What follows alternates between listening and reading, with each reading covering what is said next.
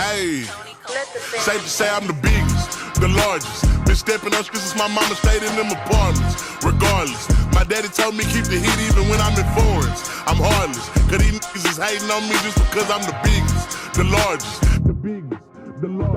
Okay, what's up, everybody? My name is Anthony Hudson, and this is a Life as a Journalist segment. Today, I have LaTroy Hawkins. He is an established member from Gary that has done multiple things in the community as far as being shaping himself, done multiple different things to help the community, and has played in MLB for 21 years, 9 years with the Twins, and been an exceptional athlete. I just want to say thank you for having the time to come on this segment, and I really do appreciate you even taking the time to do that. I mean, I know as of right now that you are a bullpen coach. If I'm not, did I say that right? You said it correct. Okay, bullpen coach for the Twins as of right now, as we speak. Taking the time out your day to do this is just exceptional. I really do appreciate you having you on, Anthony. No problem at all, man. Hey, your cousin Steph is my family, so you family too now. Yes, yep. I appreciate it. Yep. So I have a couple questions here. I just want to ask, how did your upbringing in Gary shape your mindset and work ethic throughout your baseball career? How did my upbringing? I wrote my little questions down, and right. Growing up in Gary, it gave me a toughness that you can't fake it. You can't get it in too many other places around the country. You learn early that nothing is handed to you. You got to work for everything that you get. And my mother always told me you have to outwork people and, stay focused. Gary isn't, as you know, Gary's not the easiest place to grow up in. It's not. But it teaches you resilience and perseverance. And that's what I learned. Every time I stepped on the mound, I carry that mindset with me. Like I'm from GI. I'm from the region. I'm from the 219. So, bases loaded, no outs with the game on the line. That was nothing compared to what, some of the things that I went through and some of the things that I know personally went through, growing up in Gary. Mm-hmm. Right. That makes sense, honestly. Can you describe growing up in Gary? I mean, I know that's kind of off the topic, but I just want to know your background. Just can you give us this a sense of the background so we can be with it? Yeah. Yeah. So there's a tight knit family. My grandmother, my mother, her siblings. She had 2 sisters and 1 brother, and then my grandfather was remarried. So I had 2 grandmothers. Grandma Celestine and Grandma Lee was my mom's mom, and Dad wasn't around, but my grandfather was always around. And my grandfather passed away in 2020 at almost 95 years old. So I had him pretty much most of my life. But he worked in a steel mill. My grandmother drove bus. My other grandmother worked at St. Catherine. My mom did hair, and pretty normal upbringing. We hit some tough times from time to time. Throughout my childhood. Have electricity. We didn't have water was off. Having to clean our clothes in the tub and wring them dry and put it on the radiator so they can so we can have some nice and clean to wear to school the next day. So I look at it like this. That was typical in Gary. That was typical. Like we used to jive and talk about each other and we were joking on it, me and my buddies, but we were all in the same boat. We're all in the same boat. Yeah, no, I love that, honestly. I mean, I love that upbringing. And like you said, that your family worked. I mean, no matter what, they all had their type of careers or type of things that they do to work. And that kind of was instilled in you. How do you feel like growing up from where you, who were some of your mentors? Like who kept you motivated in life? My grandfather most definitely kept me motivated. He was a huge part of my life. He was the one who kept me grounded, reminded me that he reminded me what hard work looks like because he worked in a steel mill, worked on the swing shift. So one week he might be working midnights, one week might be days, and 1 week he might be working the 4 to 12. So it just depends on when you catch him. But he was a big part of my life. I had coaches like Coach Brown at Westside, Coach Moreau, Coach Tanner Joe. My mom was huge. She was a big disciplinarian. She made sure, not having a father in the house, she made sure she tried to play both roles when it came to the disciplinary part. But other than that, my coaches and my mom, they gave me structure and confidence all in the same breath. There are also a lot of people in the community that believed in me before the rest of the world knew who I was. Yes, I love that, honestly. I mean, you got to get your foundation and get people that are supportive of you. And I'm glad. I mean, you could feel the atmosphere. You could feel those people around you whenever they're there. And just staying rooted in that is a great feeling. I love that. Now, I do want to talk a little bit about your professional career, if you don't mind. You spent 21 years in the majors. What moments or lessons stand out to you the most throughout your career? Let's see. Staying in the big leagues that long teaches you humility and adaptability for sure. Baseball will humble you real quick, man. I mean, it's one of those sports it will humble you because it's predicated around failure. You get a hit 3 out of 10 times and be pretty good. I learned to adapt, whether it was changing roles, where I was pitching at through the course of the game. Learned to adjust my mindset. Some of my special moments was pitching in the World Series in Colorado. We were playing against the Boston Red Sox. I remember my major league debut back in 1995. And then in 2014, I remember my 1,000th appearance in not Yankee Stadium, in Dodger Stadium. The great Vin Scully made the call. So, 21 years, I've had a lot of really good moments, but, just those three that really stick out the most. That's exceptional. I mean, the fact that you can get those type of moments, that's a huge thrill. I mean, I know I played sports when I was a high school and college. I wanted to be a football player in NFL, but the fact that you got to live those moments out and be on the mound in front of thousands of people is just electrifying. I couldn't even imagine the rush of doing that. Like, that's just wow. Well, Anthony, I was that kid that always said I wanted to be a professional athlete. Right. My mom always said, she said, that's all I talked about, being a professional athlete and preferably being a professional basketball player. But, that didn't work out. But I was blessed enough to, be able to be a professional baseball player and just, man, you're right. It was a dream come true. You dream about it. You're in the backyard playing with my brothers. We playing bottom of the ninth, hitting walk-off home runs in the World Series, just like you see it in the movies and stuff. Actually being able to actually live it.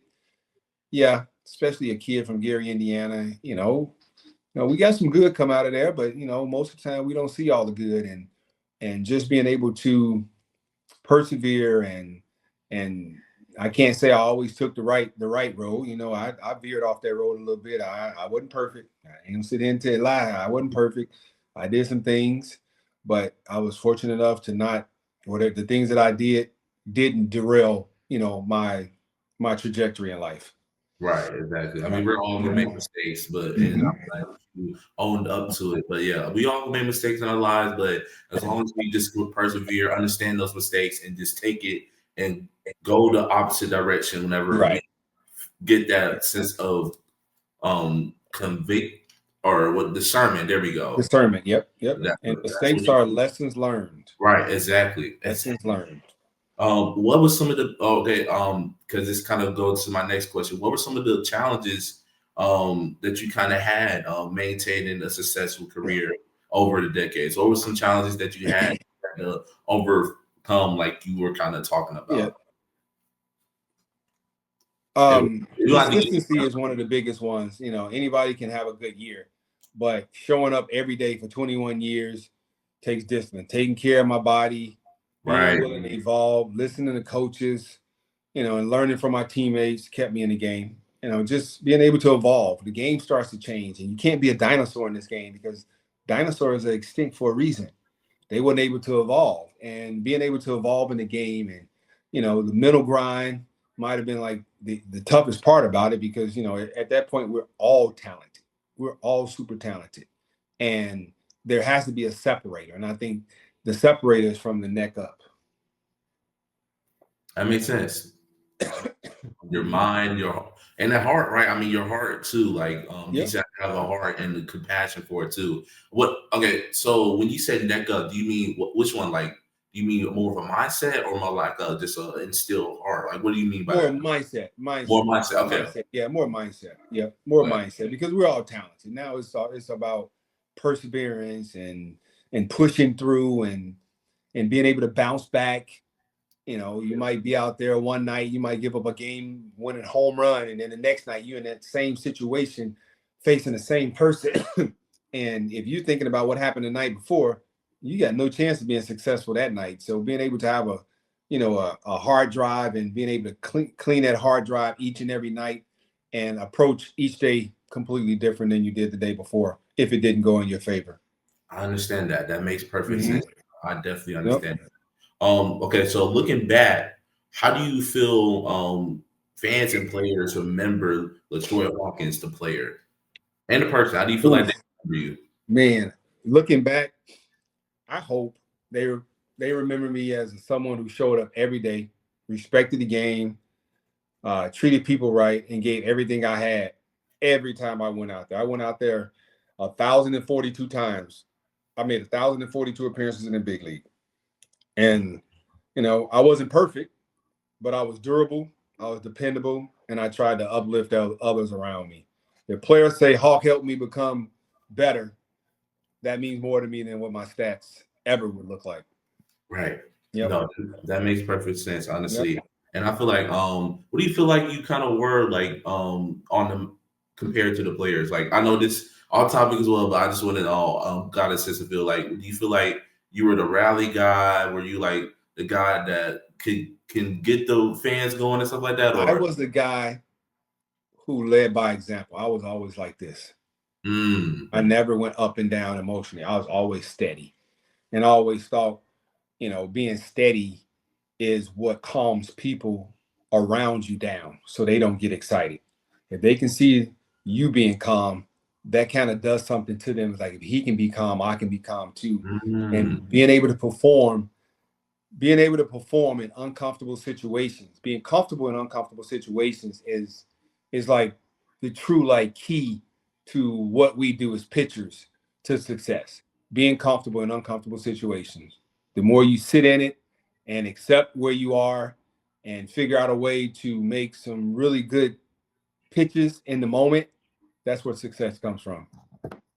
that makes sense, honestly. I mean, you could kind of take that in life, honestly. Can you? I mean, are you in the moment? I mean, a lot of with pressure situations that come towards you, just being chill, calm, concise, and Yep. just doing what you need to do in that moment to succeed. That makes sense. When you're calm, you can think better. Yeah, that makes sense. Emotions, I always say this, don't ever let your emotions get in the way of your intelligence. Never let emotions get in the way of your intelligence. And I tried to keep emotions out of it when I was on the mound. Was I mad sometimes? Yes, I was mad because I made a bad pitch or something bad happened, but you didn't know whether I gave up a hit or I struck that person out. You didn't know. I was always like this. And especially for the young guys, it was it was definitely a good thing for the young guys because they never saw me, up and down on that emotional roller coaster. They always saw LaTroy just like this. And I learned that from a teammate of mine back in 1996, Rick Aguilera. I watched him blow 3 saves 3 nights in a row. And the first night he came upstairs, did his workout, iced his arm, just like he had like converted the save. The second night, same thing. The third night, I was leaving out. I had to stop. I said, Aggie, how do you do it, man? You just blew 3 saves in a row. He was like, that don't define me. Those 3 blown saves don't define who I am. I'm not gonna stop. I'm not gonna go away from my foundation because things didn't go right out there 3 days in a row. And he was the same person, and I learned right then and there. No, I love that mindset, honestly. And like you said, I mean, you took that from a veteran and you instilled it to yourself. So, and I know Dave saw that and was like, okay, I'm gonna be as calm as him as LaTroy did. So that makes sense. I love that mindset. It really does create a level of calmness atmosphere, and helps you stay poised. I mean, but can we pivot real quick and go to the future now? Now that you are the new bullpen coach for the Twins, what inspires you to do more or go into coaching after your playing career? So, Anthony, I've been doing baseball operations for the last 8 years and doing television in Minnesota. So I was on the broadcast. I did about 32 games a year, and I've done some scouting. I've done a little bit of everything in the organization, but I hadn't coached an organization. So, you know, I always felt like I had more to give to the game. And during my playing days, you know, I naturally took on the role of being a mentor and helping younger guys understand that the mental side and navigating being a professional. Coaching is just a continuation of that. That's all it is. The Twins are my family, and it just made sense. It made sense. It makes perfect sense. It really does. What's your philosophy when it comes to helping pitchers succeed? You know, my philosophy is listening to them. I got to get to know them to see what makes them tick, and see how I can help them here. Because the guys, like I said earlier, the guys are talented. They're there. They have the talent. It boils down to this right here. And this is where I think I have, you know, I thought I was pretty good in the mentality part when I played, because, you know, I did a little bit of everything. I started off terrible and slowly got better. So I've had my ups and I've had my downs as far as stats wise, in a good year and a bad year. But, you know, after I figured it out, I was steady as she goes. And I think that's what I bring to them. They get to look at a guy every day who actually has done what they're trying to do. And I don't have to, I can tell them I'm coming from the book. And when I'm speaking from the book of done did it, not from the book of, you know, I heard it, somebody told me. I'm speaking from the book of I done did this. And I did it for a long time, a very long time. I ran out of that bullpen 1,042 times. Never forget that. Never forget that. I mean, that makes sense. You respect people that that already has the resume, already have the list. You want to just be a sponge around them and take the most information that you get. And of course, I mean, it should come naturally to want to know as much as you can from you. I mean, especially from somebody that's traveled the road that you're trying to travel. Be a bridge builder. Yep.